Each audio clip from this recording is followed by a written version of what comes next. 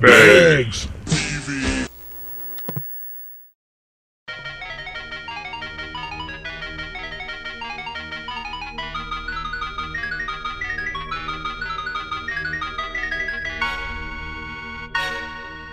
Alright everybody, welcome to the ODU Bug Type Captain Trial Challenge. Or Trial Captain Challenge, however you want to call it. This is your commentary, DB and Wesley here. Gonna give you a couple of the matches of the Bug Type Trial Captain. And gonna just do some basic commentary on it. So we're gonna go ahead and get right into it. You ready, Wesley? I'm as ready as I'm gonna be. Alright, let's get right into it. Alright, it's your man's Josh Wood here, bringing the best Pokemon team you've ever seen, ready to take down this leader. Alright, you sound real confident there. For our first match, we have Joshua. And he's bringing a team of Fortress, Talonflame, Rotom Wash, I forget that guy's name, Infernape, and we have the Aerodactyl and Chandelure. And then we have our child captain here, which is Ribombee. I forgot that bug's guy's name, but it's the electric bug from the new gen. We also have Araquanid, and we have Scizor, Golisopod, and Pinsir. So let's get right into it, alright? So we have an issue from the trainer Joshua, a challenge.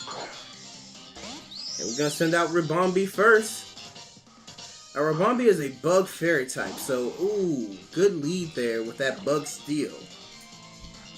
Would have actually been pretty good. But he's going to set up the Quiver Dance. Going to try to get some speed and some special attack and defenses in there. While Fortress sets up the Stealth Rock, he's going for the late game. Now I do remember that this was the point where you want to go ahead and try to set up another Quiver Dance. And we're going to see how that fares out for him. And the Fortress just goes for the explosion. Oh, wow. That was actually very strategic if you think about it. And it was boosted by the normal gem. Yes, because that Ribombee is not going to be able to come back in here. With the Stealth Rocks up, that Focus Sash is just pointless. So in comes Talonflame, which is looking fierce. And Ribombee's gonna go ahead and switch out. I guess he just wants to save it later for fodder. So in comes the Vikavolt, and it takes massive rock damage. The Talonflame's just going straight for that Brave Bird. It's got priority, it's got power, it's just gonna try to go for the kill. But Vikavolt withstands it. He probably didn't go for a flame attack there. Well, yeah, that is true. But either way, it would have hit a majority of his team. And if he would have brought in that Araquanid, that Brave Bird would have absolutely decimated. So he's going to go ahead and go for another Brave Bird, try to get this thing out of here. And Vikavolt goes down.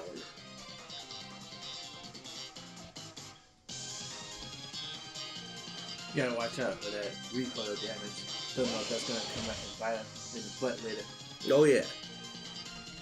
So Scizor comes out here trying to do something to the Talonflame, and he's going to get off a Bullet Punch, which is priority and going to be faster than the Talonflame. But it's not going to work. And Talonflame's going for the Will-O-Wisp. Good with that Will-O-Wisp, really keep him down, especially later in the match, depending. Oh, wait a minute. He's got the Lumberry. The Lumberry is going to help him out, and it's going to get rid of the burn. So he's going to be at full power with that Bullet Punch.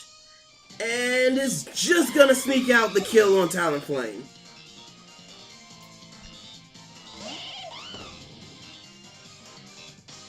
Alright, Escape comes out. Apescape?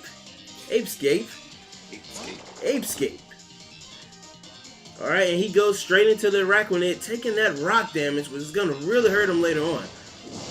But Infernape goes for that Flare Blitz, which what I told you before, because of the water bubble on Araquanid, it's not going to affect them that much. And Araquanid is a tank. I actually didn't think that Araquanid would be that strong of an opponent against that. But it seems like it came through in that match. He couldn't have any choice but to withdraw from that. Oh, he gets the predict, and he goes for the Toxic right on the Hot Pocket. Or should I say Rotom Wash? No, Hot Pocket is more suitable. Why would you name a Rotom Wash Hot Pocket? Because It's a washing machine. it takes a But anyway, that poison damage is taking a little bit of chunk here and there. We'll see if it'll actually get a little better. Ooh. Oh, that Thunderbolt's gonna take Araquanid out. That's gonna be a big hit, a big dent to the team. You lose the wall, and all the damage comes crashing in. But he's gonna go into another bug water type with Golisopod. I wonder what he's got planned here. So watch out for that Thunderbolt again. Oh yeah, here it comes. And it just demolishes Araquanid. Oh no, not Araquanid, Golisopod. Goshpod, Golisopod, yeah. Alright, so here comes the Scizor. Now, hopefully Scizor doesn't take too much of this damage, but it's pretty sure that Scizor is a lot faster. Oh no! No, Scizor is a slow thing. Oh, and the critical hit! Oh my goodness! Not looking too good for the bug team over here. Not looking too good for the home team at all. And here comes Pinsir. We're gonna see what he can do. Stones dig into him. And it seems he's gonna Mega Evolve right off the bat and try to take this thing down. And we are looking at Mega Pinsir, ladies and gentlemen. And he goes for the return. Will it be enough? It is enough. It's enough. And he gets rid of this Hot Pocket. Now you got me calling him. And in comes the Chandelure. Let's see what Chandelure can do against the Pinsir. Hopefully that fire damage isn't gonna hit too much. And he goes for the return and he gets him down to the Sash. And he missed the Fire Blast. Oh my goodness. And X-Scissor for the kill. This never happens. That came down to nothing but luck. And luckily enough, it did not, that flame. Well, with the return aerial late, that's going to be able to hit the Chandelure for flying damage instead of normal damage, which is usually immune against. Right. And we've got the Aerodactyl, and it's going to show its Mega itself. Mega Aerodactyl being one of the fastest Pokemon out there. Goes for the Stone Edge, and it lands. And this Pinsir is down. The Rabombi's just going to come out. I believe in Rabombi. Oh, but it takes the rock damage, and it's instantly faded. It's down for the count. And Joshua has won his match against the trial captain of the bug type, which was a pretty good match. It seems like DB Jones actually lasted a long time there. Well, I don't know. I would think that going into the fight, he was a little bit disadvantaged, especially with the two fire Pokemon. And then on top of that lightning damage just did a huge damage to the team. Well, having about 2 to 3 fire Pokemon and flying Pokemon on his team, Joshua was able to get this out and make a decisive win against them. What I really think messed up DB Jones a lot was those Stealth Rocks. Those Stealth Rocks being up was what killed his team. Well, I don't know. It just depends on the damage taken. It seemed like a lot of damage that was chunking out or taken out of their health based off of those attacks that were super effective. Alright, so now we're going to go into the next match. And for this opponent, we have... Okay, so my name is Roberto Ramirez. This is like my 7th battle. I got this strategy, his bug. I'm going to use birds. That'll... like, come on. Anyway, I forgot my team, but let me tell you what my team is real quick so you don't be surprised when it's coming. You'll see. Expect a lot of fire types. That kind of my thing. And a special surprise that has no business being there.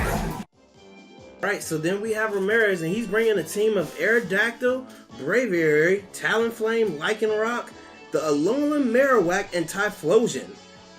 And DB Jones actually switched it up a bit. Instead of Rabombi, he brought Scolipede. Let's see how he does this time with the match. Might be good for the defense, but you really want to make sure that your fire damage is mitigated. All bug Pokemon, they're just gonna fall. They're just gonna fall to that fire. Oh yeah, Scolipede should do pretty good if he's able to at least survive one hit with a Focus Sash. get off that speed boost and then just send it to the rest of his teammates, he'll do pretty good with it. I think DB messed up while announcing that he had all blood Pokemon. Should have been a surprise. Well, most of the trial captains had to announce what they had right then and there. Yeah, and unfortunately that was the case, but hopefully he can pull through. Alright, so let's go ahead and get right into it.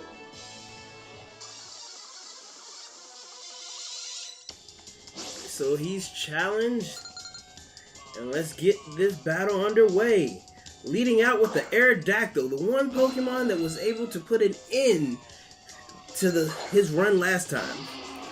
Yeah, I actually figured that you would go with Aerodactyl. It was really fast. You want to make sure that you get your opponents attacked out really quickly. And he's going to switch to the Mega, so... Oh man, this is going to be big. Let's see how Scolipede handles this. He goes for the aerial ace. Will he be able to tank it out? No, and he doesn't have the sash either. Oh, that was a done deal. Oh man, he must have just left him there for fodder. But in comes the Scizor. Let's see how Scizor does against it. Aerodactyl's gonna get out of there and just bring in the Typhlosion. Oh. Now let's see what he did. He brings in the Bullet Punch. Bullet Punch is not going to do anything there. Oh no, not at all. But it does a little damage, and he's gonna withdraw. Let's see if the Typhlosion was able to predict this. Because here comes the Araquanid. And he goes for Eruption, which isn't gonna do that much damage to the Araquanid. That Water Bottle ability is just too strong. Yeah, Water Bubble is helping him out a lot against those fire attacks, which was a really good move on his part. But now that he's sending out Braviary, let's see what the attack is now. Araquanid's going for the Substitute. This is a very unorthodox play. But, as bulky as Araquanid is, it's actually going to be very good so he can survive a couple of hits. Or at least one. That Brave Bird's going to come and it's going to demolish that Substitute. But it was a really good move, though, in order to get at least one more chance to make some form of a play. And then Braviary is going to take that recoil damage, which is good, too. Ooh, you see the Skull coming out? Does he get the burn? Does not get the burn. Does not get the burn at all. But he gains a little bit more health. And let's see what happens next. He's going to withdraw the Araquanid. And in comes the Scizor. Braviary is just going to keep up with that Brave Bird. Hopefully it can withstand, maybe not, that Steel type bullet. And yes, it does. And it's able to get... And what do we have here? Oh, it seems he switched up the berries. Instead of a Glum, it's now a Citrus Berry. So he gets a good amount of health back. But what's this? It seems that Braviary is soaring high and he's going to bust out that Z move. Supersonic Sky Strike. Let's see how the Scizor does with this. Not sure if he's going to be able to hold on for much longer. That's 100 pure attack of America coming at him.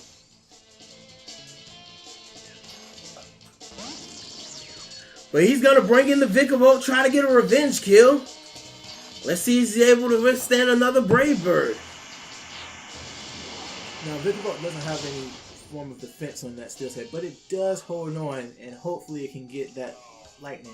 Oh, there we go. But he's going to go for a Thunder Wave. That is interesting. That's more of a risk chance than anything. You probably want to go with a full lightning attack before you did that, but luckily it'll probably slow him down a little bit to probably get initiative on the next attack.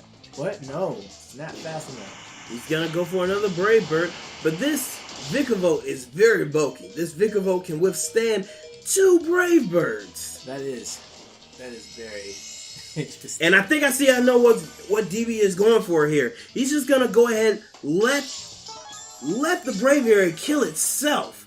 Because he knows that he can't one-shot the Vikavolt. Or it might go switch back out into a, oh no, goes for another Brave Bird. What was the trend I'm thinking there? Yeah, the Brave Bird is not going to be able to pick up the kill on that Vikavolt. And he's just going to roost back up and get almost to full health. So Braviary goes down here. And Vikavolt busts out that roost. Good use on Roost though. That was That was pretty smart. It was a very, very smart play. And with that leftovers, he's almost at full. But in comes the Alola Marowak. Now, Alola Marowak is a ghost fire type. So Vikavo's going to get out of there. And in comes the Golisopod. I don't know if Golisopod will be able to handle this fire blast. We will see. And he just lives it. But is he going to hit by an emergency exit? No, he's got the berry. He's got a citrus berry, which is going to put him right out of emergency exit range. Marowak's going to go for the Shadow Bone. Is it going to be enough? No, it's not. It's not going to be able to kill him, but that emergency exit is going to pop. And here comes Pinsir. Good use on emergency exit, by the way. That was pretty good to get out of there for that tight pinch. But let's hopefully see Pinsir take him down. No, does not get the take. Just barely missed it with the Earthquake. And here comes a big Fair Bits. And it's going to take the Pinsir down. That Fire Blitz was nasty. Luckily, the other Pokemon withstood it, but Pinsir's not. And Marowak seems like that was a double kill with Marowak going down as well. And here comes the Araquanid. It's almost at full. And it seems that he predicted it with the Typhlosion. Pretty decent with the Typhlosion's eruption attack, and that Araquanid is definitely not going to take that damage from the fire that strongly. And now here comes Araquanid. That stockpile is going to boost up his defenses sky high if he's able to get them, all three of them in. He's going to want to be careful though, because he don't want to spend too much time out there with that Typhlosion. He still has 4 other Pokemon in the bank. Ooh, going for a fire blast. Switching it up. Arachnids go for the Scald. Wow. And it takes it out. Now you also have to remember that Water Bottle also increases the damage of water type moves. Oh wow, that's a double win for Arachnids. But here comes the Talonflame. Now it doesn't necessarily have to go for a fire move. It can go for the Brave Bird, as it does. Brave Bird's gonna knock it out. It's gonna do some damage. Let's see if it takes it down. Nope, it's gone. And it does. It takes it out. The Talonflame loses a lot of health. It seems it was Life Orb as well. Wow. And in comes the Vikavolt. Let's see how Vikavolt can do against this Talonflame. And he goes for the Flare Blitz this time. And it's gonna demolish the Vikavolt. Pure carnage. And he takes so much recoil from that. I assume that it's actually pretty good, though, that he went with that strategy, because even though he might be knocked out, he might knock out that Talonflame is definitely putting in a lot of the work. And it seems that this match is over. The Golisopod is going down. Talonflame is hit with so much recoil, but still holds on to the end of the match. That was very well executed by Draco. And Roberto has won the match. Now I have to say that even though it was a valiant effort, he was able to take out a good number of his Pokemon. The bug type just doesn't match it when it's got so many weaknesses to go against it. Yeah, all of that fire is dangerous, and then on top of that, with the flying, wow, he didn't even bring out the Lycan Rock at all, but didn't need it, so match goes to Draco. And this bug trial captain, it seems that he's gonna have a tough time if the rest of his opponents are gonna bring this same strategy. But we will be able to see in the next few matches coming up. So stay tuned, and we will be back with you with more ODU Con Bug Trial Captain Challenge.